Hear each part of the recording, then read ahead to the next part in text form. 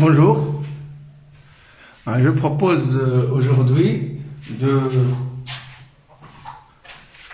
parler de quelques applications de conique. Je parle de groupe de conique.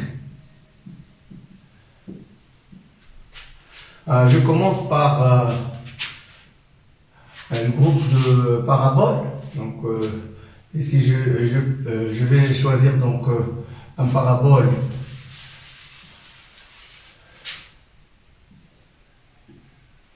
de la forme donc y égale à x carré, donc le parabole qui passe par l'origine.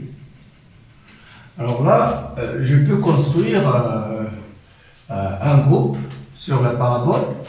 Donc on peut construire un groupe sur la parabole en faisant l'élément neutre E. On va démontrer que E, l'élément neutre de coordonnées 0, 0.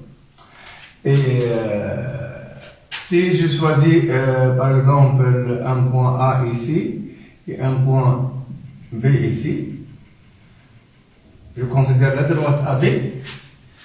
Donc, pour construire donc le point C que je vais le noter comme ça, juste on fait la parallèle à AB passant par E.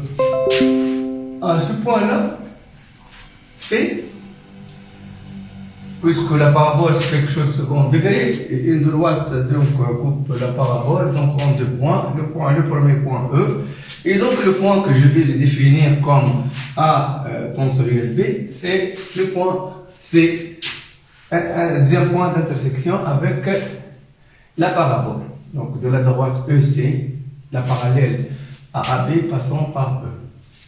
Voilà. Alors là, je vais définir comment chercher le point C. Alors là, je vais dire que le vecteur AB, donc le vecteur AB et le vecteur EC sont en parallèle. Donc B est un point de la parabole, A est un point de la parabole, E, IC, et ainsi de suite. Donc je vais calculer le déterminant de AB, EC égale à 0. Donc ici, AB, donc A pour coordonner XB moins XA, YB moins YA, mais YB ici égale à XB au carré, YA égale à XA au carré. De l'autre côté, je vais prendre donc le point EC, donc c'est XC et YC. Alors là, je peux mettre XB moins XA en facteur. Et bon, j'ai simplifié, c'est A différent de B, mais ensuite on va passer à la limite, ça ne va pas changer l'expression de la loi. Donc je mets je simplifie par XB moins XA, je vais trouver donc 1 XB plus XA, 1 XC. Donc je calcule ce déterminant, ça va me donner XC égale à XB plus XA. Une fois qu'on a trouvé donc XB, on peut trouver donc YC. En écrivant YC égale à XC au carré. Et donc, ça se développe comme ça. Et ce sera donc YC égale à YB plus YA plus 2XA XB. Voilà donc les lois. Évidemment, en faisant tendre B vers A, je trouve aussi l'expression de l'image. Okay. Ici, bien sûr, en faisant tendre B vers A, donc ce sera la tangente en A, et je définis l'expression de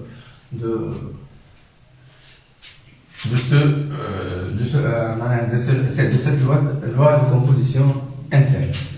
Alors là, donc je montre à partir de ça que j'ai une loi de composition interne.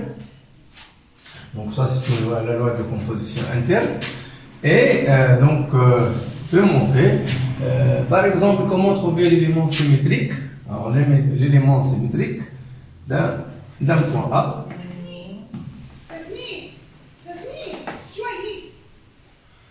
L'élément symétrique d'un point A de la parabole, comment je vais le définir? Alors, je suppose que je construis donc un point Donc j'ai le point A. Si je construis le point A, ce sera A prime. Donc la droite A prime. Parallèle à la droite. Donc ici, le point symétrique de A, ce sera A'. Alors la droite A', c'est parallèle à quelque chose. Ce quelque chose là, c'est ici. Je m'excuse. Alors là, pour construire la parallèle, donc ici, j'ai l'élément symétrique. Alors comment je vais le définir? Alors, il faut que l'image de la symétrique, ça va être E. Okay? Donc, le deuxième point d'intersection, ça sera E. Donc, je dois dessiner la tangente. La tangente, voilà la tangente à la parabole. Donc, c'est la droite des abscisses ici. Et je prends le point A, voilà, et je dessine la parallèle. Donc, ça c'est A+. Donc voilà comment je vais définir l'élément symétrique. J'ai pas vérifié que E c'est l'élément neutre. Bon, je vérifie ici E c'est l'élément neutre. Alors, donc je prends un point A. Donc voilà. Donc ça c'est la parabole qui passe par le régime E. Alors je vais faire A avec E. Donc tu as un point A ici. Et donc ça c'est le point E. Alors je dessine la droite passant par E, parallèle à E, ça veut dire la droite à E. Et puisque je prends le deuxième point d'intersection, donc ici il n'y a pas de... Donc le deuxième point d'intersection c'est le point A. Voilà. Donc ici, donc on a vérifié que la loi ainsi construite est une loi de composition interne. Il a un élément neutre, il a un élément symétrique. Alors là, le problème ici, c'est le problème de l'associativité. On va le faire par la suite par le calcul. Donc on doit montrer que A tensoriel B, parenthèse, tensoriel C, ça doit être A tensoriel le point B, tensoriel le point C. Alors, si on veut démontrer ça géométriquement, donc on a besoin d'un théorème de Pascal. Théorème de Pascal pour les points sur le conique. Un théorème de Pascal. Mais ici, on ne va pas le faire de cette façon-là, on va le faire en utilisant l'expression de loi de composition interne ici, B. Donc on peut vérifier que ça marche bien, hein, parce que si je fais avec un point C ici, ça va être donc A tensoriel B tensoriel C, ça va être ici, je multiplie, j'ajoute, donc ça fait XA plus XB plus XC, donc ici rien à démontrer, et par contre, ici, donc je compose avec le point, ça va être, donc ça c'est Y, donc ça fait YA plus YB plus YC. Ok. Plus, alors, normalement je multiplie, j'ajoute donc ça XC et j'ajoute ça, hein, Y, donc tout ça, je compose avec tout ça, ça va être, moi je l'appelle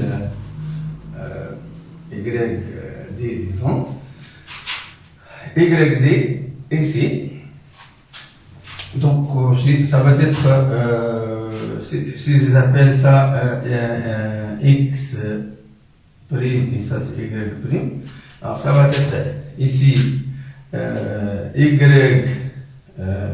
prime plus yc, y prime plus yc, plus 2 fois x prime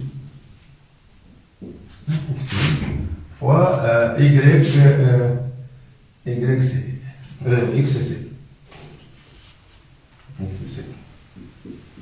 Voilà. Alors, ici, ça fait donc, en remplaçant, ça fait YA plus YB plus YC, ok, plus, donc tout ça c'est Y prime, hein, plus 2 XA XB, hein, plus YC, plus 2 fois X prime, c'est-à-dire XA plus XB fois XC. Donc comme ça, j'ai fait Y prime, donc ça, plus YC, plus 2 fois X prime, donc 2 XA plus XB, XC. Alors juste pour bien que ça c'est égal à YA plus YB plus YC, plus 2 XA XB, plus 2 XA XC, plus 2 XB XC. C'est en fait, ça c'est XA plus XB plus XC en carré. Voilà. Il est clair que ça c'est, je peux l'écrire XA plus XB plus XC en carré. Ok. Et donc, il est clair que c'est une loi associative. Ok. On aurait dû comprendre ça dès le départ, parce que ici XA, XB, et ici XA plus XB au carré. Donc, c'est associatif, c'est clair qu'il est associatif. Donc, voilà, donc ça c'est la loi de groupe sur une parabole. Bien sûr, ici, en prenant un point particulier, c'est le point E.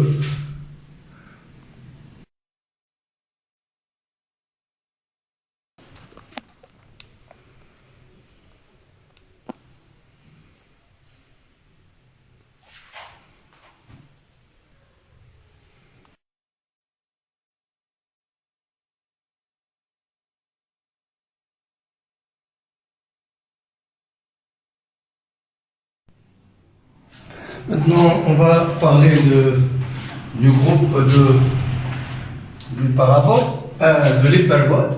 On va faire le même procédure. Donc, je vais définir, ici je commence par la parabole, l'hyperbole qui vérifie l'équation x, y égale à 1. Et je prends le point E égale à 1. Bon, ensuite, on va démontrer le cas général. Si je commence par ce point, un hyperbole équilatère, et le point E, un point particulier. Ensuite, on va montrer si on peut changer le point E. Alors, je prends un point A et un point B de la parabole. Donc, je considère la droite AB. Et pour trouver le point A tensoriel B, hein, il suffit de prendre la parallèle, passant par E, qui recoupe l'hyperbole en un point C. Ah, le point C, donc, comment je définis l'élément symétrique, hein? Pour définir l'élément symétrique, donc on doit avoir donc, A avec l'élément symétrique A', ça doit être égal à E. Bon, commençons tout d'abord de vérifier que E est un élément neutre. Donc A tensoriel E, ça doit être égal à A. Alors, pour faire A tensoriel E, d'après les critères de travail, hein, je prends la droite AE Et je dessine la parallèle à la droite à E et passant par E. Il va recouper sûrement l'hyperbole en le deuxième point de l'intersection à E avec la parabole, c'est le point A. Évidemment, E tensoriel A, c'est égal à A. Pour trouver l'élément symétrique, donc j'ai dit que ici, je dois prendre un point A ici, voilà, A, et donc l'image, donc A tensoriel, c'est E. Ok? Donc le deuxième point d'intersection de l'hyperbole avec la droite passant par E et parallèle à C, donc c'est le point E. Ok? La parallèle passant par A à prime, passant par E, c'est E. Donc ici, c'est E est un point double ici, si vous voulez. Alors, dans ce cas-là, je dois dessiner la tangente. La tangente en E. Donc ça c'est tensoriel A', le point supposé symétrique du point A. Alors là, donc, pour trouver A', il suffit de dessiner la parallèle. Donc ça c'est A'. Ok. Donc l'élément symétrique. Donc il ne reste que l'associativité. Alors, pour parler de l'associativité, c'est un point délicat si je vais le faire géométriquement, parce qu'il doit avoir 6 points sur le conique, vous voyez. Alors là, géométriquement, on les démontre en utilisant le théorème de Pascal. Donc peut-être je vais expliquer ça sur une figure tout à l'heure, mais on ne va pas le faire de cette façon-là. On va le faire d'une autre façon en utilisant un petit calcul. Alors là, je commence par dire que, donc déjà on a XA, YA égale à 1, XB, YB égale à 1, et je dis que les droites, comme tout à l'heure, la droite AB est parallèle à la droite EC. Donc je utilise le déterminant égal à 0. Donc XB moins XA, YB moins YA, XC moins 1, YC moins 1 égale à 0. En remplaçant YA, YB par 1 sur, et en réduisant le même dénominateur, je peux simplifier par XB moins XA. Alors qu'est-ce que je vais trouver ici? Je vais trouver 1 ici. Ici, je vais trouver XB plus XA. Bien sûr, c'est XA différent de XB. Ok, égal donc XC moins 1, YC moins 1. Évidemment, ici en remplaçant ici YC par 1 sur, donc on va trouver donc XC moins 1 sur XC.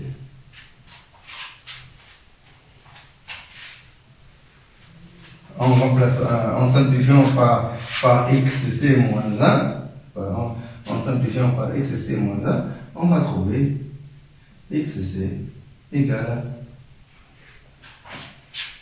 à... je m'excuse ici, en réduisant mon ordinateur, on va trouver ça c'est 1 sur XA fois XB. XA moins XB. Et donc, en simplifiant par XC moins 1, je suppose bien sûr XC différent de 1 pour le moment, ça va donner XC égale à XA fois XB. Évidemment, YC égale à YA fois YB. Voilà, donc la loi sur l'hyperbole équilatère. Clair que c'est une loi associative, parce que ici, donc, on voit bien que A tensoriel B, le coordonnée c'est XA, XB, YA, YB. Ça c'est SOCI clair. Tu vois, SOCI. Donc ça c'est le groupe de l'hyperbole. Donc vous voyez ici, l'hyperbole aussi ça réalise un groupe en revenant bien sûr à un cas particulier ici. Même chose pour la parabole, pour le cas particulier y égale x carré, on a vu. Donc ça c'est un groupe. On va passer maintenant au groupe de cercle.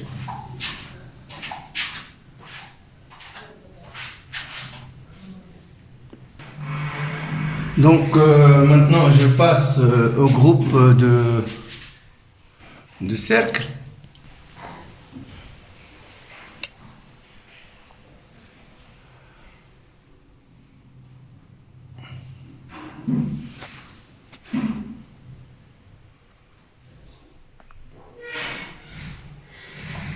Alors, pour le groupe de cercle, c'est de la même manière. Donc, en considérant les cercles unités, ici, l'équation x carré plus y carré égale à 1. Dans le plan complexe, le point A il sera noté ZA, donc exponentielle I θ, disons. ZB égale à exponentielle I θ2. ZE, ça fait 1. Et ZC, exponentielle I θ, on va chercher θ en fonction de θ1, θ2, par la même procédure qu'on a définie tout à l'heure. Donc on prend la droite, pour trouver le point C, je prends la droite passant par E et parallèle à AB. Voici donc la droite. Et ça c'est le point C. Okay. Alors on va essayer de définir le point C de façon que les droites sont parallèles. Alors je fais ZA moins ZB qui est égal à exponentielle I θ 2 moins exponentielle I θ 1. Alors en faisant exponentielle I θ 1 plus θ 2 sur 2 fois 2i sinus θ 2 moins θ 1 sur 2. Et ZB, ZC moins ZE, ça fait donc exponentielle I θ moins 1, que je peux écrire exponentielle I θ sur 2, 2i sinus θ sur 2. 2i. Alors, comme ils sont parallèles, donc ZB égale à donc ZA moins ZB égale à donc on peut le voir ici, ça fait une constante. Donc ZA moins ZB égale à une constante fois exponentielle ZC moins ZE. Okay. Ici, la constante, ça peut être en faisant la division, 2i va se simplifier. Donc, la constante, ça va être un certain rapport entre ces expressions-là. Donc, ça va être. Donc, on a ZB sur ZC égale à. Donc, ZB sur ZC. Je vais l'écrire. Donc, ça fait exponentielle I θ 1 plus θ 2 sur 2.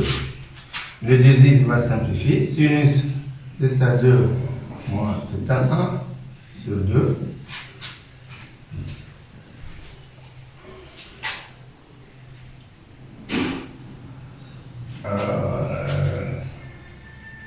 Fois, si vous voulez, ici, sinus θ sur 2. Pour éviter la valeur nulle, égale de l'autre côté, égale à exponentielle I θ sur 2. Donc en comparant les arguments, on va trouver θ1 plus θ2 égale à θ. Voilà. Donc θ en fait c'est θ1, θ2. Ok. Donc on revient à l'opération de groupe qui égale donc disons la cercle unité. Donc z égale à 1 dans le même. Donc je prends deux points A, ZA qui égale exponentielle I θ1, exponentielle I θ2. Le produit entre ces deux-là, ça fait exponentielle I θ1 plus θ2. Voilà l'opération. Et celle-là, ça constitue le groupe de nombres complexes de module 1. Et on sait que c'est un groupe 1. L'élément neutre de ce point-là et l'élément symétrique, c'est de exponentielle I θ1, c'est exponentielle moins I θ1. Voilà, il est associatif et tout ça marche bien. Voilà. Maintenant, on va passer à un cas plus général.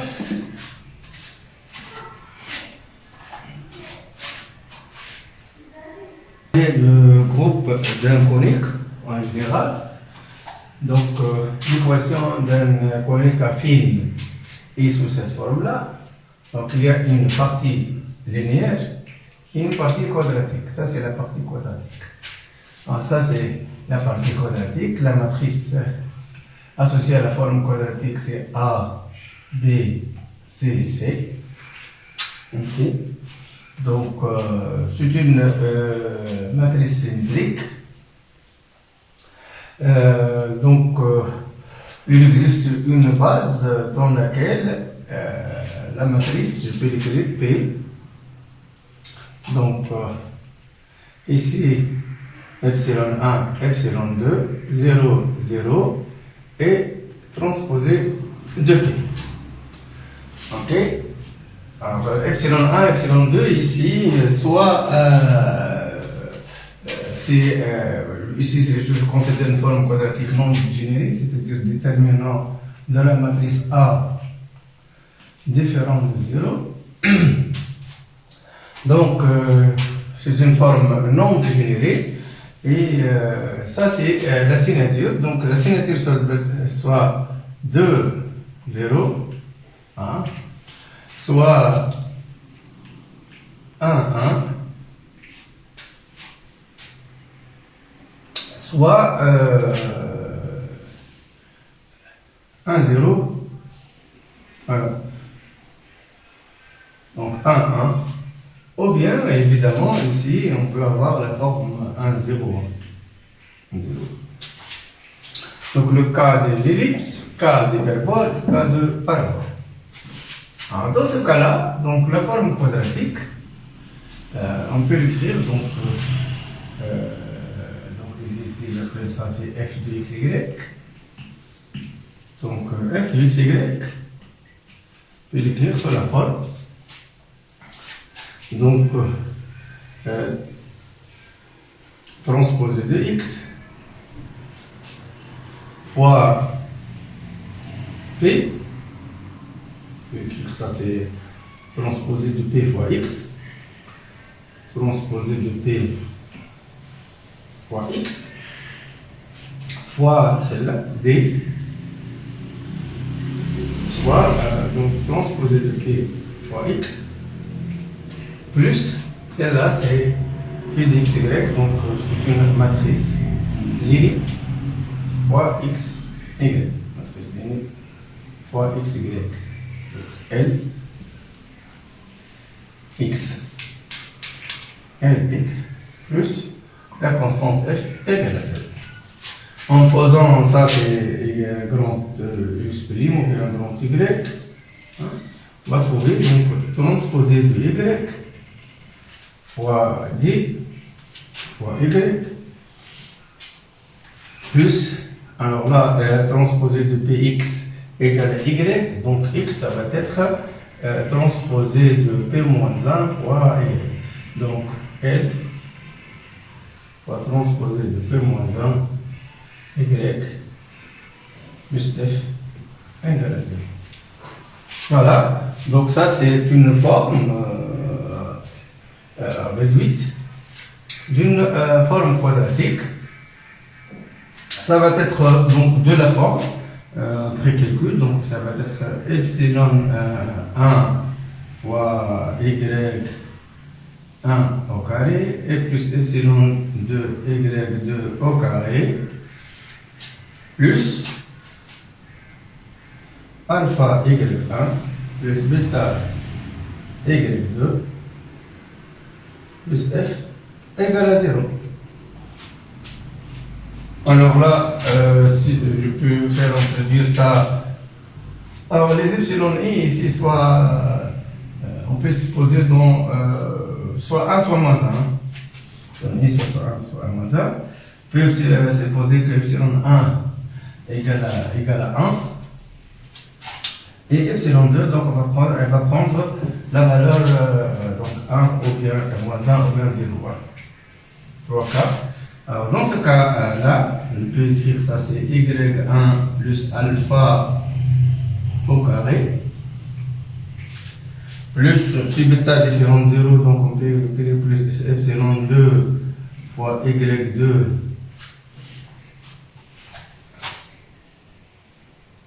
j'écris ça, c'est 2 fois, ici 2 fois pour éliminer le. Alors ici, plus epsilon 2 fois y2 plus fois bêta au carré plus f'. Donc on peut dire ça c'est f'. Ok.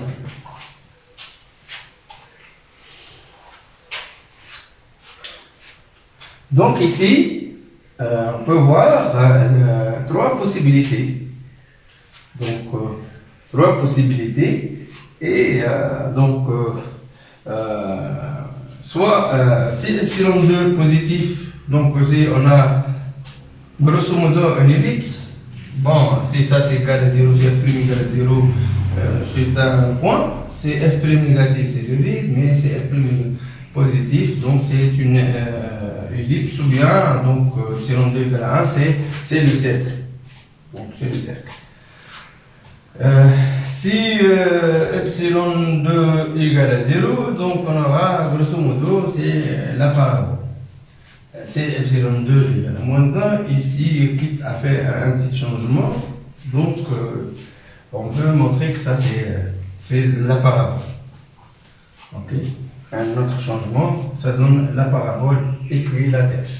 Donc voilà comment, donc avec une transformation, ici c'est une transformation affine, parce que y1 ici égale à,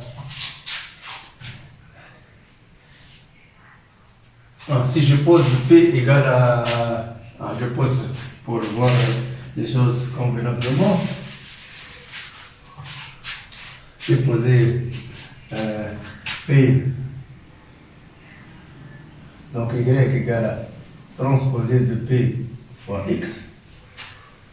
Ok, ça fait donc, disons, ça c'est alpha, bêta, lambda, gamma, appliqué à X, Y, ça fait donc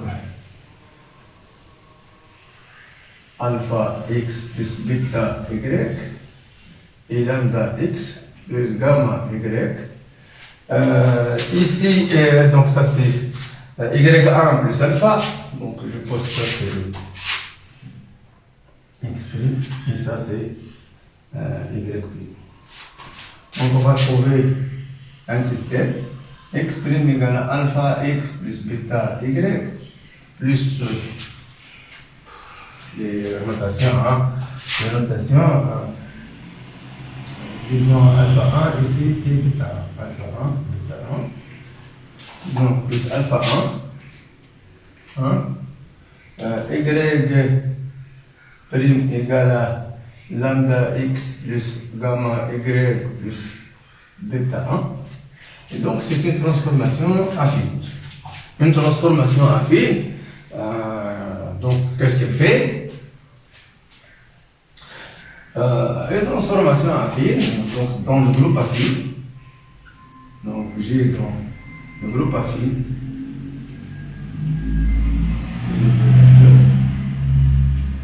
Et le groupe affine, donc, qu'est-ce qu'il fait? L'image d'une droite, c'est une droite qui. Le groupe affine conserve le parallélisme. Conserve l'image d'une droite, c'est une droite. L'image d'un cercle est un cercle. Donc, toutes les propriétés qu'on a vues donc, en secondaire. Et ça permet de définir si tu as une ellipse quelconque, ou bien un parabole quelconque, ou bien une hyperbole quelconque. Définir sur cette hyperbole une loi de groupe comme a été définie dans les 3 cas précédents. On va vérifier ça.